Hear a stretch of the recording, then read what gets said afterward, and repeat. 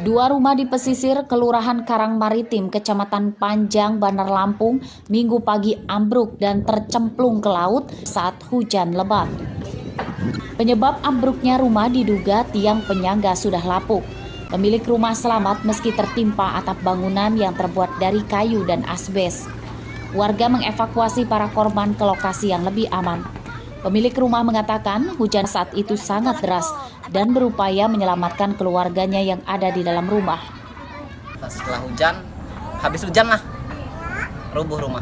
Roboh. Nah, posisi pas kejadian isi orang rumah seperti apa? Ada semua, Pak. Pas ada semua, pas kejadian itu.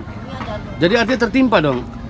Iya, masih di dalam rumah semua, Pak. Masih dalam rumah semua. Tapi seperti apa, Bang? Alhamdulillah sehat. Alhamdulillah sehat. Lagi kerja di telepon, suruh pulang rumahnya rubuh. Saya buru-buru pulang. Tapi alhamdulillah selamat semua ya, Bang? Alhamdulillah selamat. Begitu pas abang pulang, apa tindakan yang pertama abang lakukan? Yang lihat keluarga, anak, istri. Ambruknya dua rumah yang dibangun di atas air ini tidak merenggut korban jiwa. Kerugian korban ditaksir mencapai puluhan juta rupiah. Arsadi Saputra melaporkan dari Bandar Lampung. Apa, Pak? Berat.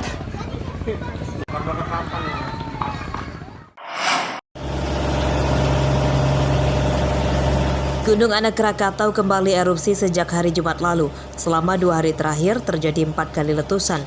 Gunung Anak Krakatau menyemburkan abu vulkanik hingga 3.000 meter dari atas puncak gunung. Menurut petugas pos pantau Gunung Anak Krakatau di Desa Hargo Pancuran, Kecamatan Raja Basa, Lampung Selatan, bahwa abu vulkanik itu mengarah ke arah barat daya atau ke sekitar Pelabuhan Bakauheni. Namun sejauh ini, erupsi Gunung Anak Krakatau tidak mempengaruhi pelayaran kapal Roro di Selat Sunda.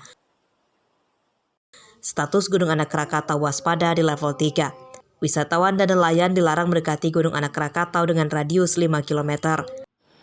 Kemarin terjadi 2 kali letusan, jam 00.22 sama jam 15.47. Untuk hari ini sudah terjadi 2 kali letusan, pukul 7.46 sama 8.46.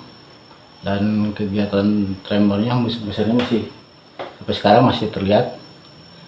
Ya, biasalah mengeluarkan energinya lagi. Nanti kan kalau sudah habis dia tenang lagi. Laut di sekitar Gunung Anak Krakatau merupakan daerah yang banyak ikan.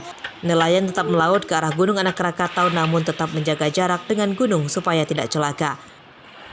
Ya sudah biasa jadi gimana? Udah biasa ya. Debu-debu masuk ke rumah, ya makan juga campur debu. Nasi. Gitu kan ya.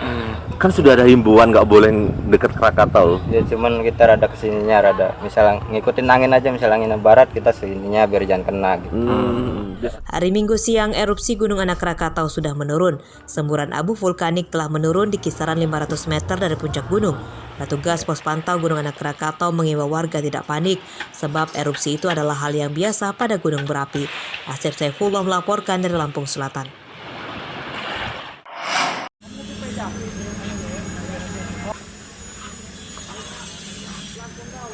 Masalah jalan rusak di Lampung belum teratasi. Minggu siang, warga Desa Bandar Baru, Kecamatan Sukau, Lampung Barat memperbaiki jalan lintas penghubung Kota Liwa dengan Kabupaten Muara II, Sumatera Selatan.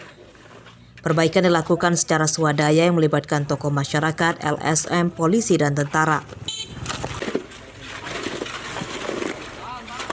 Perbaikan jalan secara swadaya ini karena warga kesal sebab jalan yang telah rusak selama 6 tahun belum kunjung diperbaiki. Lubang-lubang besar di sepanjang jalan dibiarkan menganga padahal dapat membahayakan keselamatan pengendara motor dan mobil. Jadi kita pada hari ini bersama dengan masyarakat, juga dari Bapak Polisian, juga Bapak dari Kuramil, mengadakan kegiatan gotong royong, perbaikan jalan secara swadaya. Karena jalan ini sudah 6 tahun tidak tersentuh pembangunan, Pak. Sehingga kami berinisiatif untuk melakukan perbaikan dengan swadaya, dengan alat material seadanya. Juga mengharapkan pemerintah provinsi terkhusus untuk segera bertindak dengan kerusakan-kerusakan yang ada di Kecamatan Sukau ini khususnya. Jalan rusak menyusahkan warga. Mereka mendesak Gubernur Lampung Arinal Junaidi segera memperbaiki jalan ini.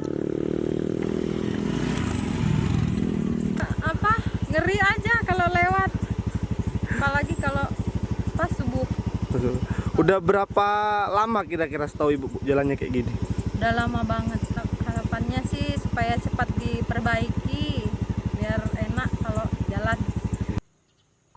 Jalan yang rusak ditimbun batu dan lubang-lubang yang besar ditutup dengan beton atau semen cor. Material batu dan pasir dibeli secara patungan oleh warga, sementara pekerjaannya dilakukan bergotong royong. Rosandi melaporkan dari Lampung Barat.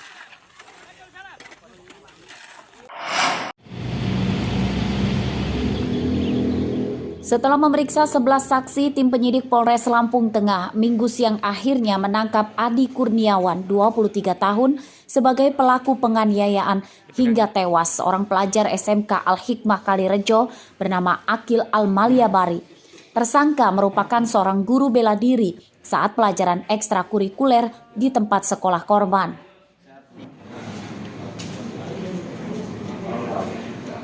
Dalam pemeriksaan polisi, korban tewas akibat dianiaya pelaku saat mengikuti latihan bela diri. Korban dipukuli di bagian perut dan wajahnya hingga pingsan. Akil akhirnya meninggal dunia di rumah sakit. Pada kasus ini, tersangka Adi Kurniawan terancam hukuman 12 tahun penjara. Ya, sejauh ini sudah kita lakukan pemeriksaan 8 orang saksi. Mungkin hari ini juga ada tambahan, beberapa orang sudah kita lakukan pemanggilan. Dan sudah 1 orang kita tetapkan sebagai tersangka, sebagai pelatih daripada pencaksilat. Nah, untuk pelaku sendiri kita terapkan pasal dan ancaman? Ya, pasalnya 80 Undang-Undang Nomor 35 tahun 2014 tentang perlindungan anak. Ancamannya 12 tahun. Sementara itu, pihak SMK Al-Hikmah Kalirejo Lampung Tengah membantah jika kematian Akil Al-Maliabari di waktu jam pelajaran sekolah. Meski digelar di lapangan sekolah, namun latihan bela diri itu digelar pada Sabtu malam atau di luar jam sekolah.